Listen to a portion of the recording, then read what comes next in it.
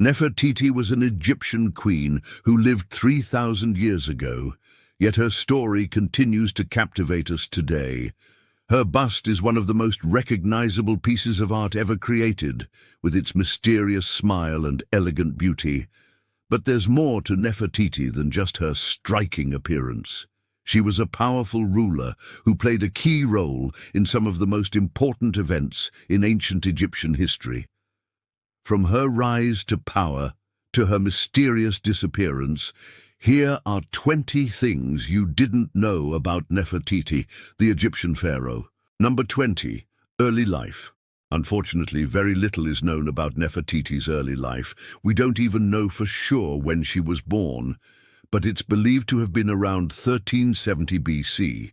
What we do know is that she was born in the Egyptian city of Thebes, and that her father was a minor official named I.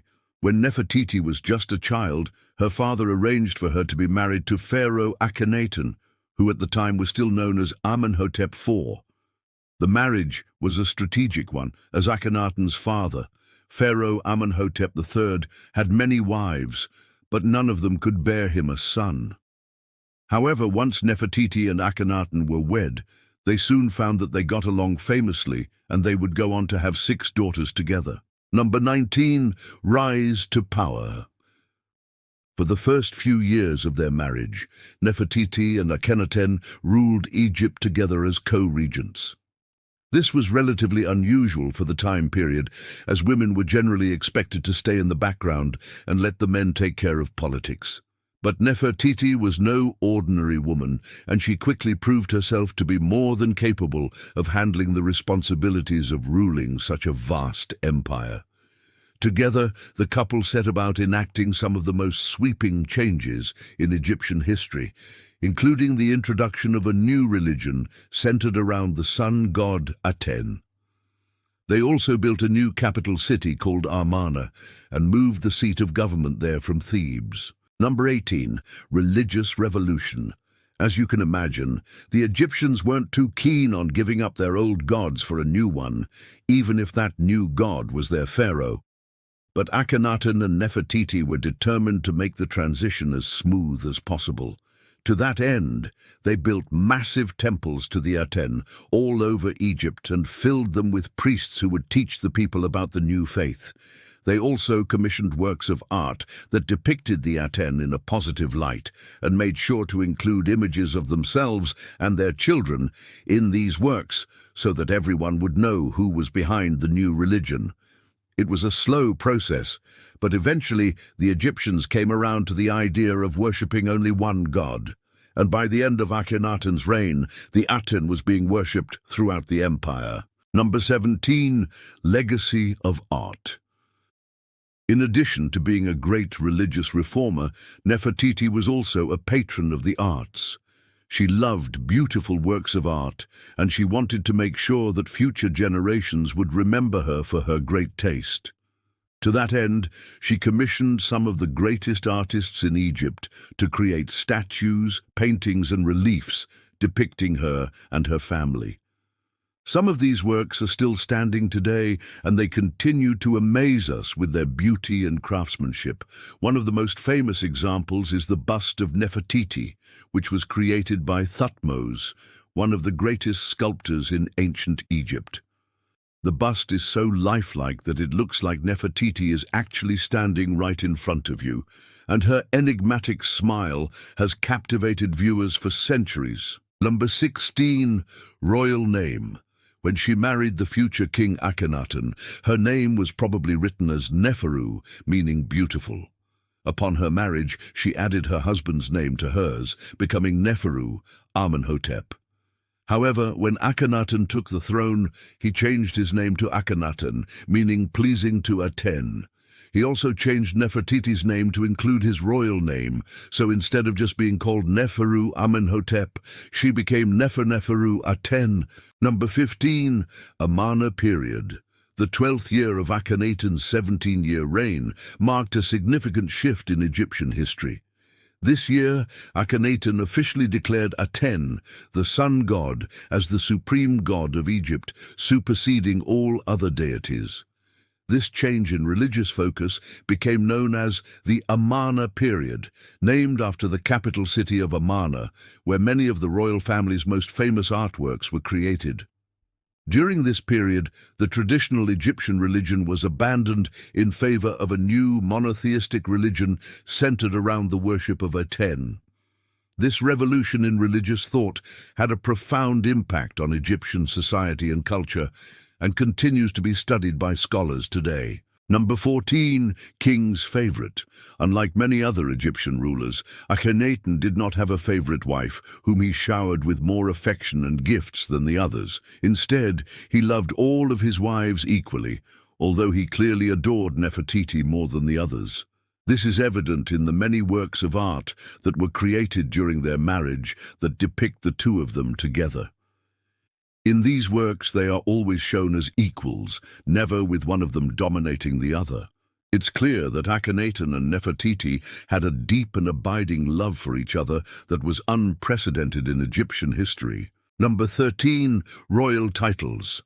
Although Nefertiti was not the first Egyptian queen to hold the title Great of Praises, hereditary princess, Great of Praises, king's daughter, and his beloved, she was the first to hold the title his beloved in over 100 years. This shows how much Akhenaten adored her and wanted to make sure that everyone knew that she was his favorite wife. In addition to her many titles, Nefertiti was also given a lot of land and wealth. She was given estates all over Egypt, as well as gold, silver, and other precious metals. All of this was in addition to the many gifts that Akhenaten gave her, such as jewelry, clothing, and furniture. With all of these gifts, Nefertiti was one of the richest women in Egypt, if not the richest. Number 12, Queen's Chamber. Nefertiti's influence over Akhenaten was so great that he even let her design his tomb. This is unprecedented in Egyptian history, as tombs were traditionally designed by the pharaohs themselves. However, Akhenaten clearly trusted Nefertiti's taste and judgment, and he knew that she would create a tomb that he would be proud of.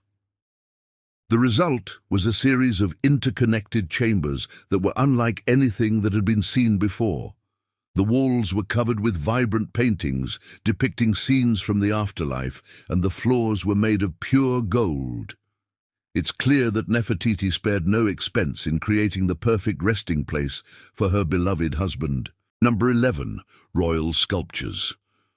While many of the sculptures depicting Akhenaten and Nefertiti were created during their lifetime, some of them were created after Akhenaten's death. These later sculptures were created during the reign of Tutankhamun, who was either Akhenaten and Nefertiti's son or grandson. These sculptures show how even after Akhenaten's death, his family continued to be revered and how his legacy lived on through his successors. Number 10, Mysterious Smile. The most famous sculpture of Nefertiti is, of course, the bust that was discovered in 1912. But what makes this bust so special? The answer, of course, is Nefertiti's smile.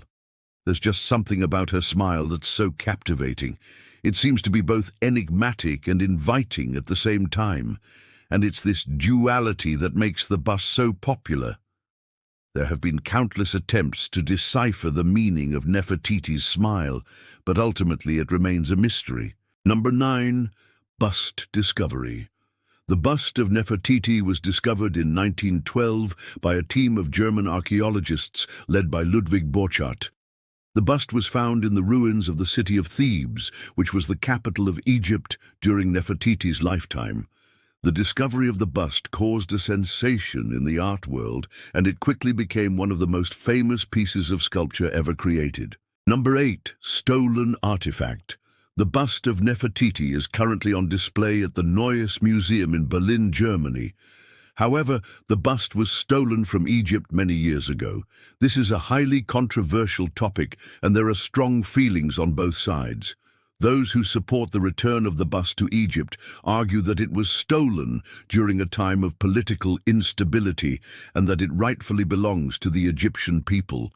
On the other hand, those who oppose the return of the bust argue that it's too late to do so and that the bust should remain in Germany where it's safe. Number 7, Queen Mother. After Akhenaten's death, Nefertiti's son Smenkhare took the throne.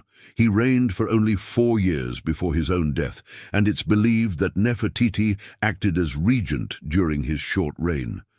This would have been a difficult job as Egypt was in the midst of a civil war at the time. But Nefertiti was up to the task, and she successfully defended Egypt against its enemies. After Smenkhare's death, Nefertiti's other son Tutankhamun took the throne. Once again, she likely acted as regent during Tutankhamun's reign, as he was only a child when he took the throne. During her time as regent, she oversaw the return of Egypt to traditional religion, and she also helped to restore order to the kingdom. Number 6. Disappearance. Not much is known about what happened to Nefertiti after Tutankhamun's death, but it's believed that she died in 1330 BC. Her mummy has never been found, so her exact cause of death is unknown. However, it's believed that she died of natural causes. Number 5. Royal advisor. In addition to being a great ruler, Nefertiti was also a wise advisor to her son Tutankhamun. When Tutankhamun took the throne, he was only a child, and he needed someone to guide him. Nefertiti was the perfect person for the job, as she was intelligent, level-headed, and had a lot of experience ruling Egypt.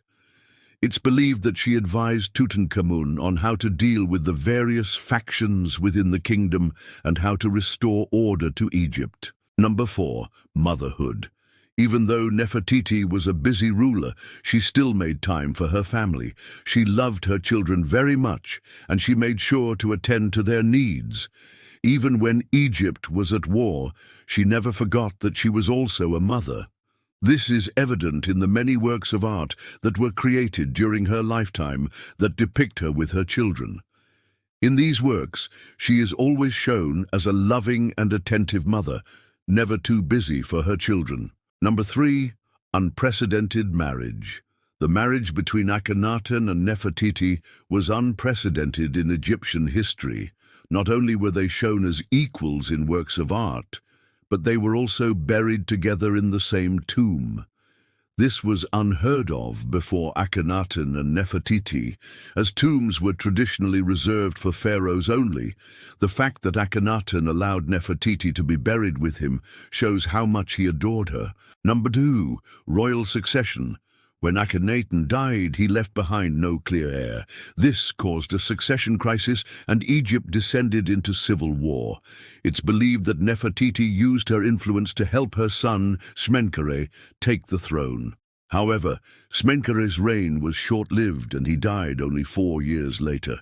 This allowed Nefertiti's other son, Tutankhamun, to take the throne.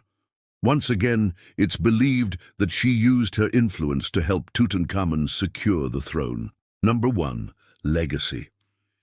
Even though Nefertiti died thousands of years ago, her legacy lives on today. She is one of the most famous queens in history, and her story continues to captivate us. This is evident in the many books, articles, and documentaries that have been made about her. In addition, her image is often used in popular culture, such as in the TV show The Crown. Nefertiti was truly an amazing woman, and her story is one that should not be forgotten. Thanks for watching.